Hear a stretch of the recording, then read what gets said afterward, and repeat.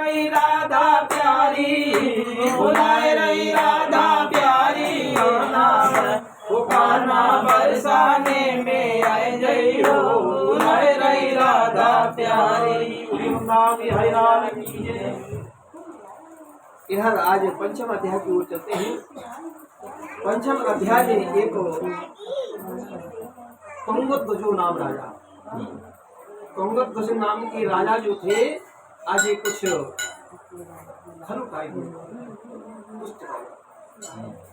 ये अपने घोड़े पर सवार हुआ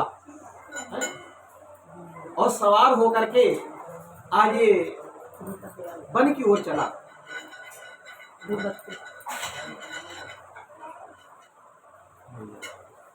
वन की ओर जब चला तो आज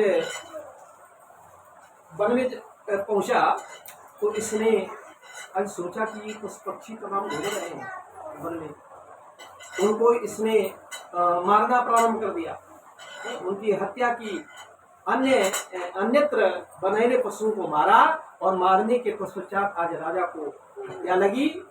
आज राजा की मत काम करने नहीं लगी। राजा वहां से अपने घोड़े पर सवार हुए और सवार होकर के आज वन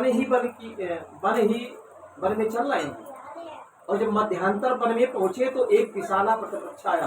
एक विशाल वट वृक्ष है और उस वट वृक्ष के नीचे एक सुंदर स्थान बना है। उस सुंदर स्थान के नीचे आज राजा ने अपने घोड़े को बांधा और बांध करके घनघोर निद्रा में राजा सो जाते, क्योंकि राजा की मति भ्रष्ट हो चुकी। इधर आज क्या हुआ कि कुछ दूर पर ग्वाल वाल लोग भगवान नारायण का पूजन कर रहे थे। तो थोड़े ही समय के बाद में जब भगवान का विराम हुआ, भगवान की कथा विराम हुई और विराम होने के बाद में इधर क्या हुआ कि भगवान के प्रसाद को ग्वाल वालों ने चाहा कि अब राजा को प्रसाद पहले दिया जाए, और नहीं तो राजा अगर जो क्रोध में आ गया तो हम लोगों को छोड़ेगा नहीं। तो ग्वाल वाल लोग आज भगवान का महाप्रसाद लेकर के चरणामृत लेकर के चल देते हैं।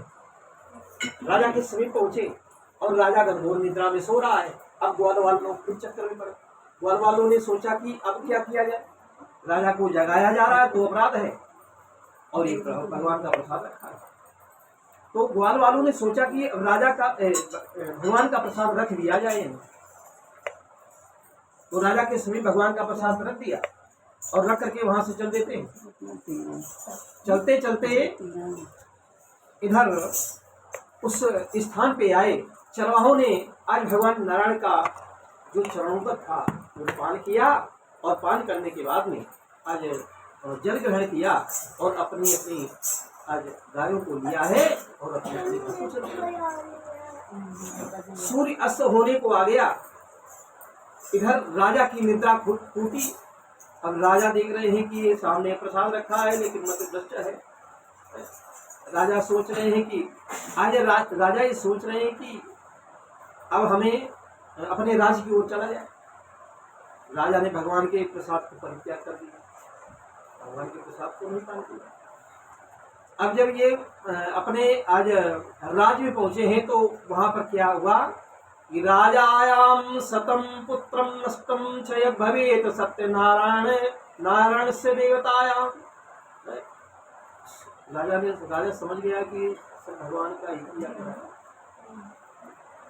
अब राजा के जब 100 पुत्र नष्ट हो गए, मृत्यु को प्राप्त। अब राजा जब आगे बढ़े तो क्या देख रहे हैं कि राजा जल करके छिन्न भिन्न हो गए। राजा एक जगह बैठ गए। आकाशवाणी होती है कि राजन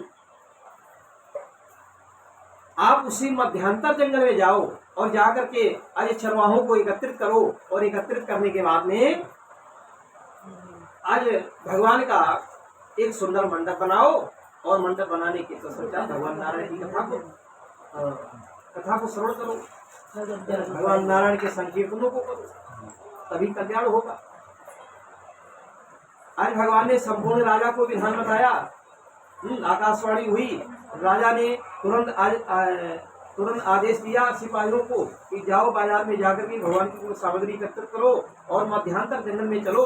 वट वृक्ष के नीचे आज वट वृक्ष की छाया में भगवान नारायण का पूजन करेंगे। इधर ग्वालवालों चरवाहों को एकत्रित किया है, इधर आज पंडित जी को बुलाया और बुला करके आज भगवान नारायण का पूजन प्रारंभ